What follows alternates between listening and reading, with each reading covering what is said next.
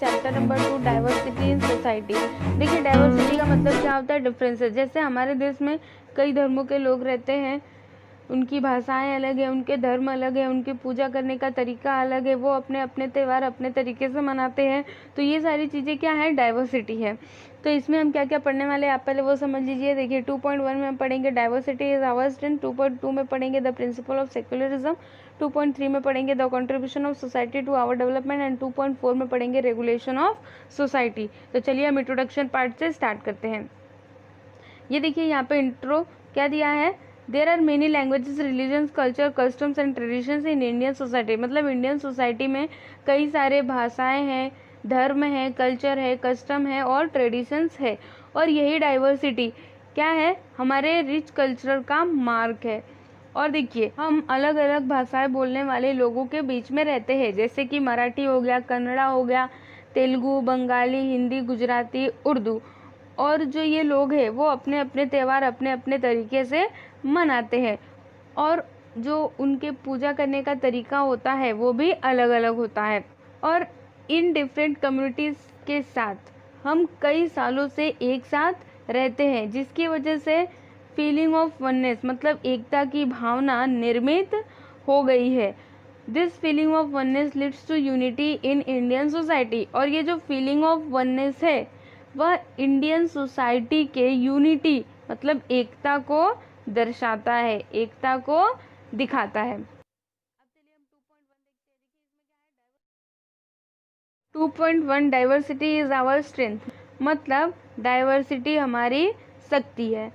To live with different groups is to experience coexistence. देखिए जब हम अलग अलग कम्युनिटीज ग्रुप्स के साथ रहते हैं तो हमें को एग्जिस्टेंस अनुभव होता है। को एग्जिस्टेंस मतलब सब लोग एक साथ जब मिलकर रहते हैं एक सोसाइटी में तो वो क्या है, coexistence. Coexistence helps to increase the level of understanding among the people. और को एग्जिस्टेंस हेल्प करता है लेवल ऑफ अंडरस्टैंडिंग, लोगों के बीच में लेवल ऑफ अंडरस्टैंडिंग को बढ़ाने में।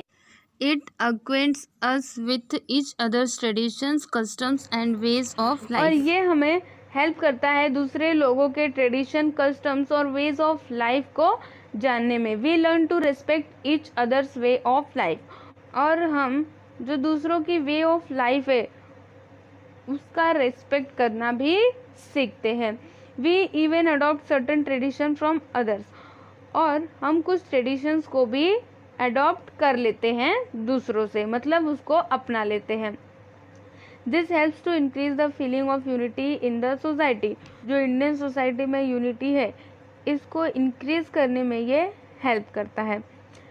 This social unity helps us to face many natural and social calamities together. और ये जो हमारी सोशल यूनिटी है ये हमें हेल्प करती है किसी भी नेचुरल और सोशल कैलेमिटीज़ को एक साथ फेस करने में।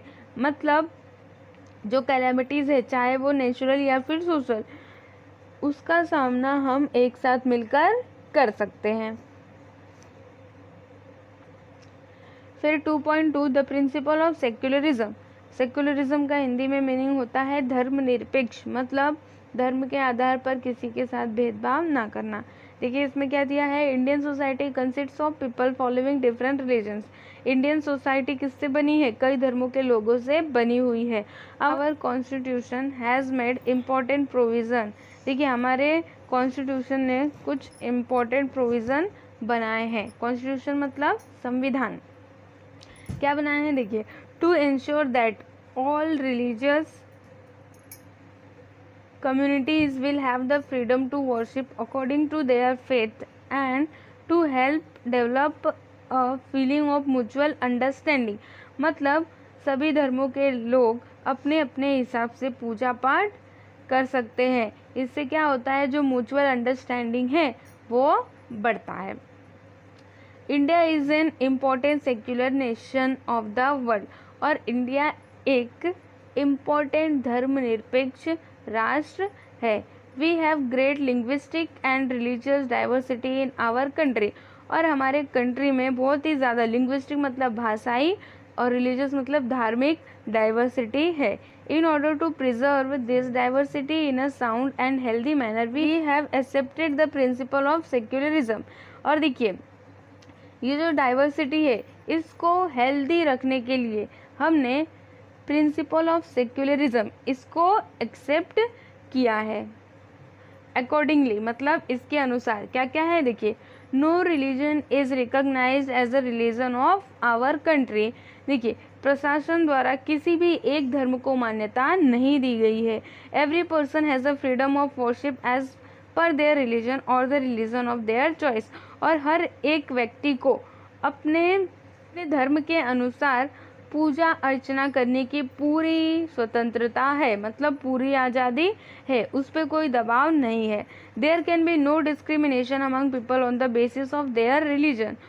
The people of all religions are treated equally by the state. और लोगों के साथ उनके धर्म के आधार पर भेदभाव नहीं किया जा सकता और सभी धर्मों के लोगों को प्रशासन द्वारा इक्वली ट्रीट किया जाता है, मतलब सबको समान अधिकार दिए गए हैं। Opportunity for education, means of livelihood and government jobs are made available to all. There is no discrimination on the basis of religion. देखिए एजुकेशन का मौका, मीन्स ऑफ लिवलीहुड मतलब काम करने का मौका और गवर्नमेंट जॉब्स, इन सभी के सबको समान अवसर दिए गए हैं, मतलब धर्म के आधार पर किसी के भी साथ भेदभाव नहीं किया जाता। डिस्क्रिमिनेशन मतलब भेदभाव। There are special provisions in the Constitution for the protection of religious and linguistic minorities. देखिए minorities मतलब क्या होता है, जो कम संख्या में होते हैं। तो इन minorities के religious मतलब धार्मिक और भाषाई प्रोटेक्शन के लिए हमारे कॉन्स्टिट्यूशन में कुछ स्पेशल प्रोविज़न बनाए गए हैं। Minorities are free to protect and preserve their linguistic and cultural identities. और माइनॉरिटीज़ अपने लिंग्विस्टिक और कल्चरल आइडेंटिटीज़ को प्रोटेक्ट कर सकते हैं, इसकी उन्हें पूरी आज़ादी दी गई है। They are also free to bring about the development of their own communities through education. और एजुकेशन के थ्रू वो अपनी कम्युनिटीज़ का विकास कर सकते हैं, इसकी भी उन्हें पूरी आज़ादी दी गई है। The principle of secularism has helps to maintain religious harmony in Indian society. और जो प्रिंसिपल ऑफ सेक्युलरिज्म है वो हेल्प करता है मेंटेन रिलीजियस हार्मनी। हार्मनी मतलब क्या होता है, सामंजस्य, धार्मिक सामंजस्य को मेंटेन करने में हेल्प करता है। कौन हेल्प करता है, principle of secularism. 2.3 the contribution of society to our development, मतलब हमारे डेवलपमेंट में सोसाइटी का contribution. What do we learn by living in a society, मतलब हम सोसाइटी में रहकर क्या सीखते हैं। What values qualities do we imbibe, और कौन से वैल्यूज और क्वालिटीज को हम इम्बाइब मतलब ग्रहण करते हैं। Let us see how society helps to develop our personality. चलिए हम देखते हैं कि कैसे सोसाइटी हेल्प करता है हमारे पर्सनैलिटी को डेवलप करने में। कोऑपरेशन मतलब एक दूसरे का सहयोग। All societies are based on mutual cooperation between individuals and the community. देखिए कोई भी सोसाइटी हो वो किसके ऊपर बेस्ड होती है, म्यूचुअल कोऑपरेशन, मतलब एक दूसरे का सहयोग होना जरूरी है। बिना एक दूसरे के सहयोग के कोई भी सोसाइटी नहीं चल सकती। The very existence of the society depends on the cooperation between individuals. देखिए यहाँ पे वही दिया है जो मैंने अभी अभी आपको बताया कि बिना कोऑपरेशन के कोई भी सोसाइटी अस्तित्व में नहीं रह सकती, मतलब वो चल ही नहीं सकती। Cooperation is the process of sharing and helping each other in solving problems and removing difficulties. और कोऑपरेशन क्या है, एक दूसरे की प्रॉब्लम्स को शेयर करना और जो उनकी प्रॉब्लम है उनको सॉल्व करना, जो डिफ़िकल्टीज है उनको रिमूव करना, ये क्या कहलाता है, cooperation. A family can not remain together without an attitude of cooperation among its members. देखिए कोई भी फैमिली हो, अगर उस फैमिली के मेंबर्स के बीच में कोऑपरेशन नहीं है तो फिर वो फैमिली एक साथ नहीं रह सकती। The same is true of society, और यही सोसाइटी के साथ भी है। Lack of cooperation hampers our progress. और देखिए कोऑपरेशन की कमी हमारे प्रोग्रेस को रोकती है। हैम्पर्स मतलब क्या होता है, रोकना। Day to day life will also not run smoothly, और जो हमारी डे टू डे लाइफ है वो भी अच्छे से नहीं चल पाती। Cooperation makes interdependence in society healthier and allow inclusion of everybody in the society. देखिए जो कोऑपरेशन है ये इंटरडिपेंडेंस मतलब एक दूसरे के ऊपर जो निर्भरता है उसको हेल्दी करता है, जिसमें सभी को शामिल कर लेना संभव हो जाता है। It is a process of inclusion end of moving ahead taking along all section of society, और ये एक प्रोसेस है सबको एक साथ लेकर चलने का। फिर देखिए यहाँ पे आगे क्या है, लेट्स डिस्कस। क्या डिस्कस करना है, देखिए यहाँ पे क्या लिखा है, we must cooperate with efforts aimed at the education and development of girls and the weaker and deprived section of our society. देखिए हमारी सोसाइटी में जो पिछड़े और लड़कियां हैं इनके एजुकेशन के लिए हमें हेल्प करनी चाहिए। For this purpose obtain information about the relevant government schemes. इसके लिए आप क्या करिए, जो गवर्नमेंट की स्कीम्स है उसका पता लगाइए, मतलब उसके बारे में इंफॉर्मेशन कलेक्ट कीजिए। Discuss in class what you can do for the development of this section of our society, और आप अपने क्लास में डिस्कस करिए कि आप इनके डेवलपमेंट के लिए क्या कर सकते हैं। Share the important points from your discussion with students of other classes, और जो इम्पॉर्टेंट पॉइंट्स है आप दूसरे क्लास के बच्चों के साथ भी उसको शेयर करिए।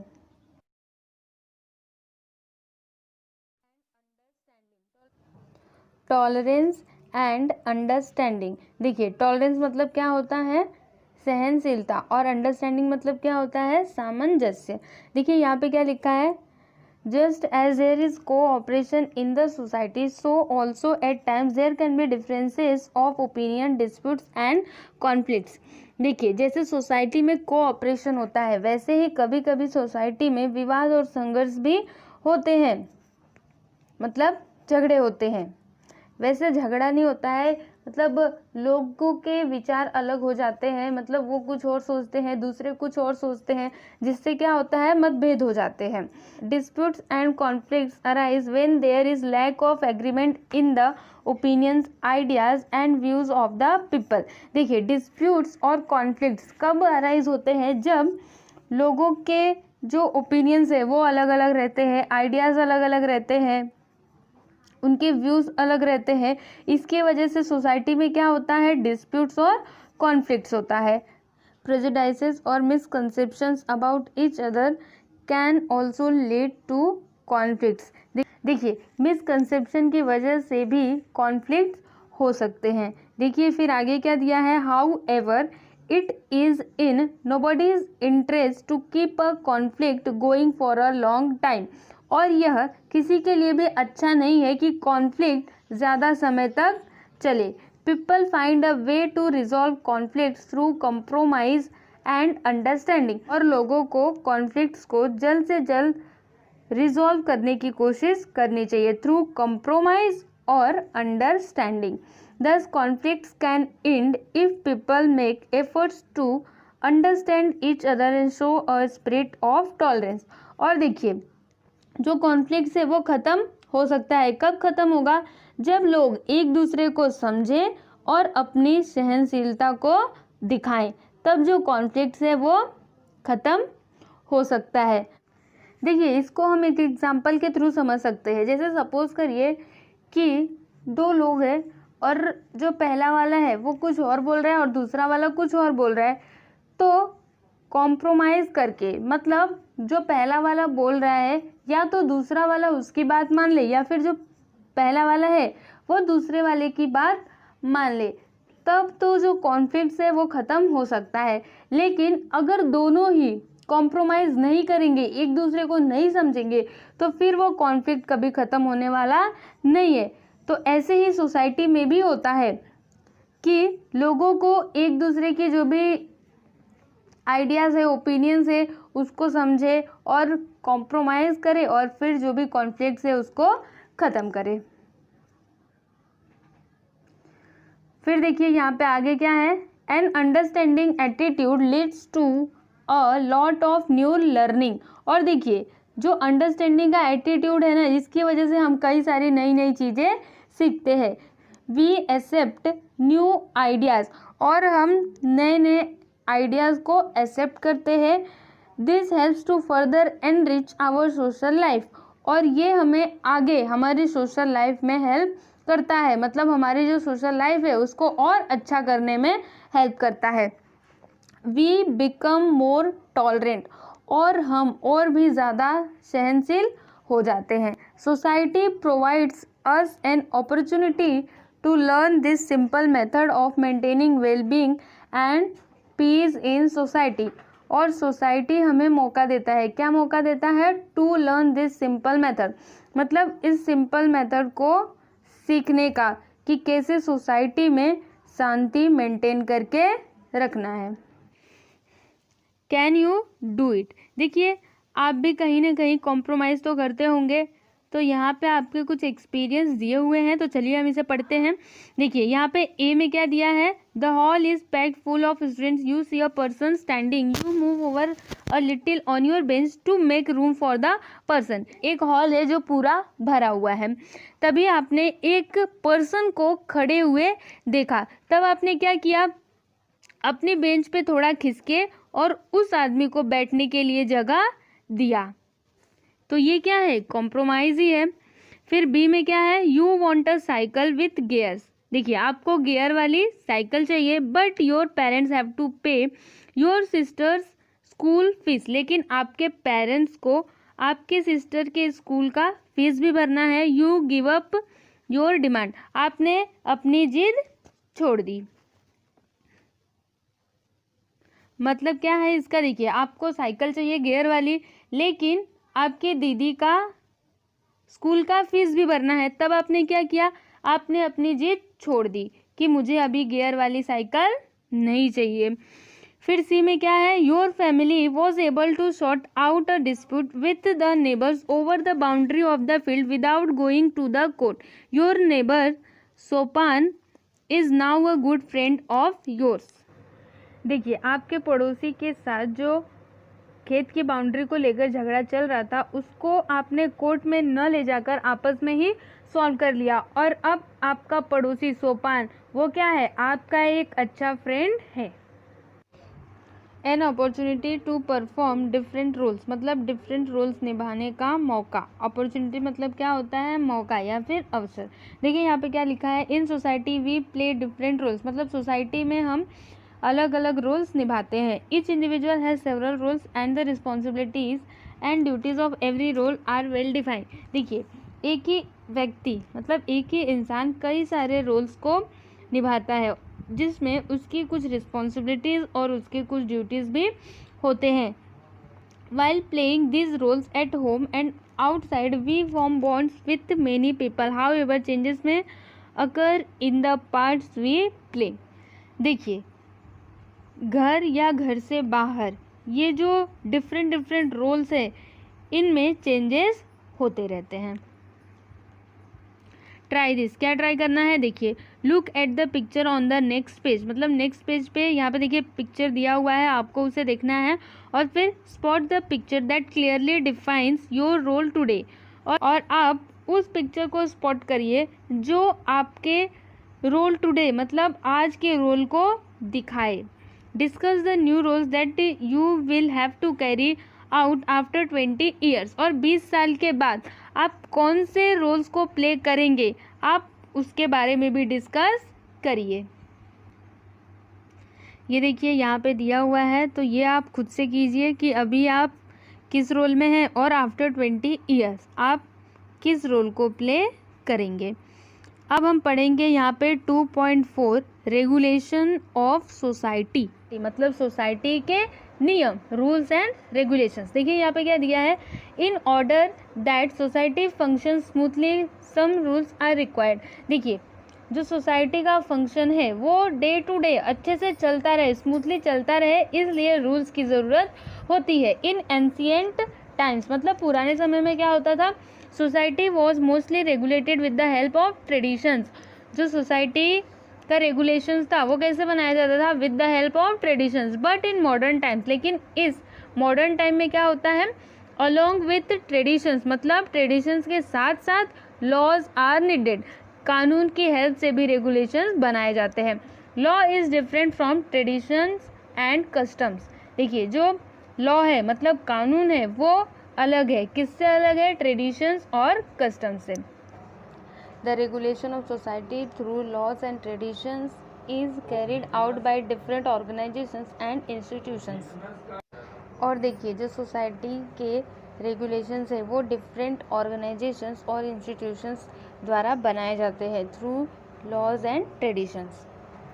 The government bodies at the local level also play an important role in the process of regulation of society. देखिए जो लोकल लेवल पे गवर्नमेंट बॉडीज़ होते हैं वो सोसाइटी के रेगुलेशन में इम्पॉर्टेंट रोल प्ले करते हैं। तो यहाँ पे हमारा लेसन नंबर 2 कंप्लीट होता है